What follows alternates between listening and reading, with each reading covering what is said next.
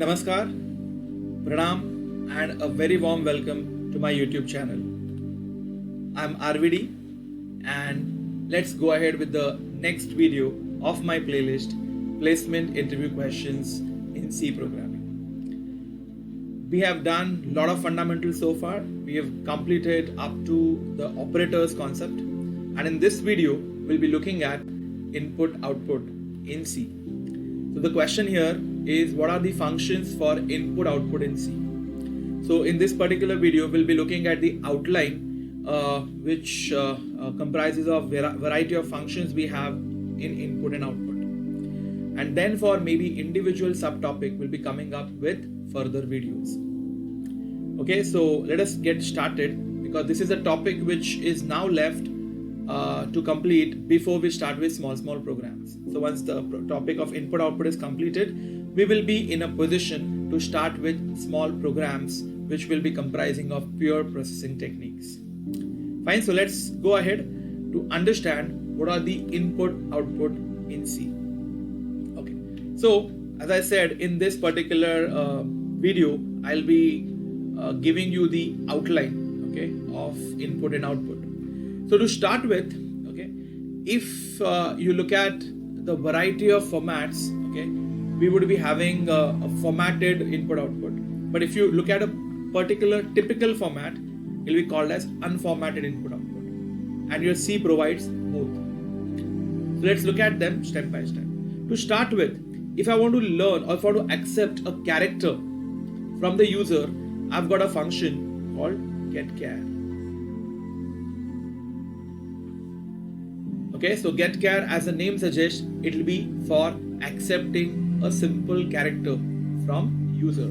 Similarly, if I want to display a character, I'll be having the concept of putChar, or the function is putChar. So you can see these are the functions which are mainly focusing on accepting and displaying a character.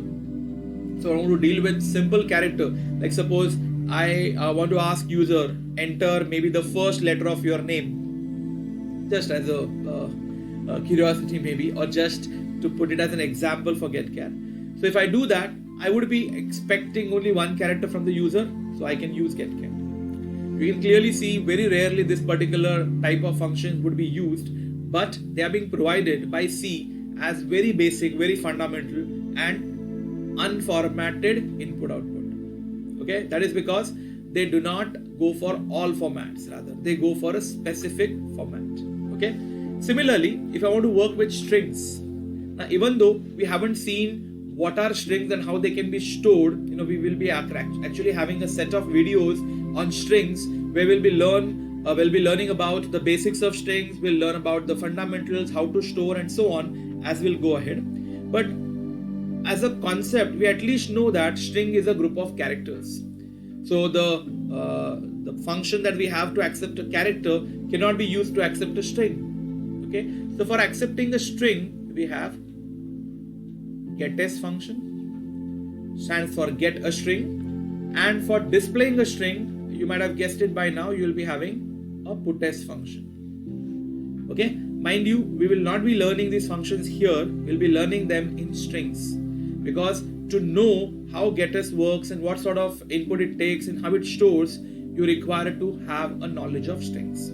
Okay, so far we had seen both unformatted. First one was getChar putChar for accepting only character type of input, whereas getS putS is for accepting only string input. So even that is unformatted. Okay, now come the formatted concept, formatted input output concept. As the name suggests, formatted. So it is capable of accepting all type of input, or I can say all formats of input. Okay, and because of this particular feature, this formatted input output will be widely used throughout all our programs. So to start with, the first one we'll have is for reading. Okay, so it is called as scanf. Now, as the name suggests, scanf. So you scan with the format. So obviously it will be for reading the data in all formats. So if I want to read variety of data types, like I want to read an integer, I want to read a long integer, I want to read character. Yeah, we can even read character from this. Then if I want to read float, if I want to read double, we have seen all the data types. So this particular function will be capable of reading all different types of data. Okay, so that is how it is being called, scanf, to scan with all the formats. Similarly, for displaying or for printing, you'll have a function called printf. I hope you got this. So printf is for displaying variety of data. Let that be character, let that be string, let that be integer, float, double, and whatnot. Okay, and that's the reason we say printf, print with format.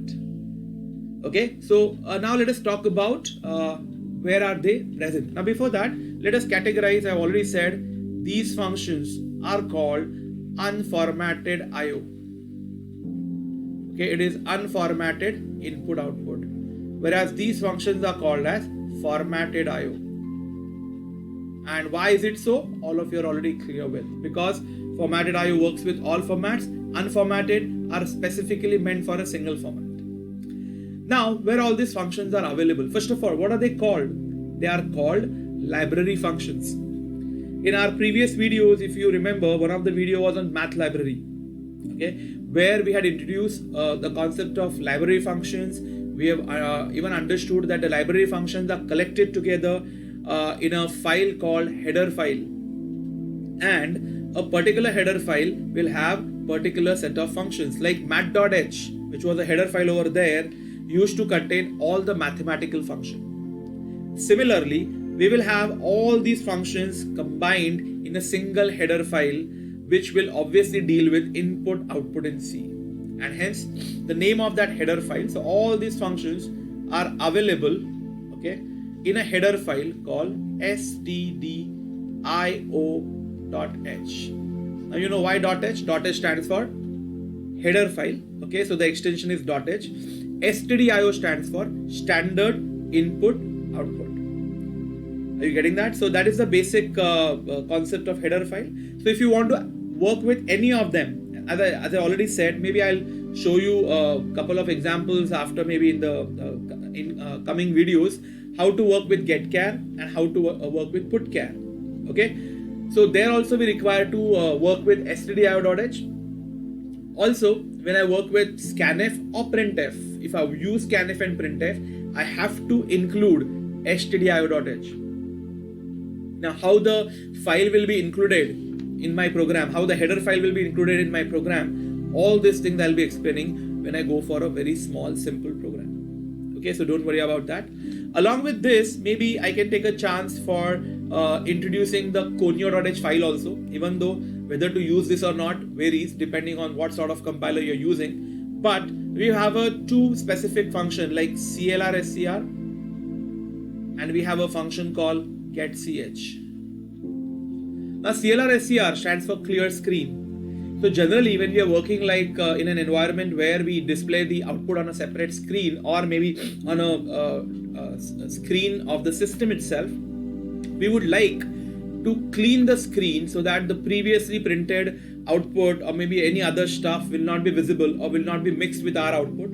So generally at the beginning, you will be able to see this particular function call, that is clear screen. It will clear the screen and it will make the window ready for the new output. Similarly, getch is actually for accepting the character. But we make use of that getch by putting it towards the end for holding the screen, as if we have a concept of press any key to continue. So the output will stay on the screen. It is waiting for a user to press a character because getch is written. As soon as you press a character, the screen obviously will go away, the output will go away. So likewise, very handy, very useful functions, clr.scr, getch. They deal with the console and hence they are available in a file called conio.h. .h again header file, and conio stands for console input output. Fine. So as far as the input output in C are concerned, these are the functions which we would be mainly dealing with. Even out of that, the one which more significantly be used in most of our program would be scanf as well as printf. Okay, whenever we'll deal with maybe a turbo C like environment where we have to make use of clr and clr.scr and getch, will be even including conio.h. Okay, if you deal with some other IDEs where such provisions are not required, this conio can be very conveniently skipped. Fine. So the summary of this is get care, put care for reading with characters, which I can immediately explain you maybe in the further videos. Then we'll focus more on scanf printf. I'll give you detailed knowledge about scanf printf with all its varieties with proper examples. And getS putS will be covered along with strings. So don't worry, I'm not going to skip them, but they will be covered along with strings. Fine. So get ready with playing with input output in C in further videos, and then soon we'll even start with the programs. Okay, so as far as input output in C introduction is concerned, that's it from my side. Thank you and have a really happy learning.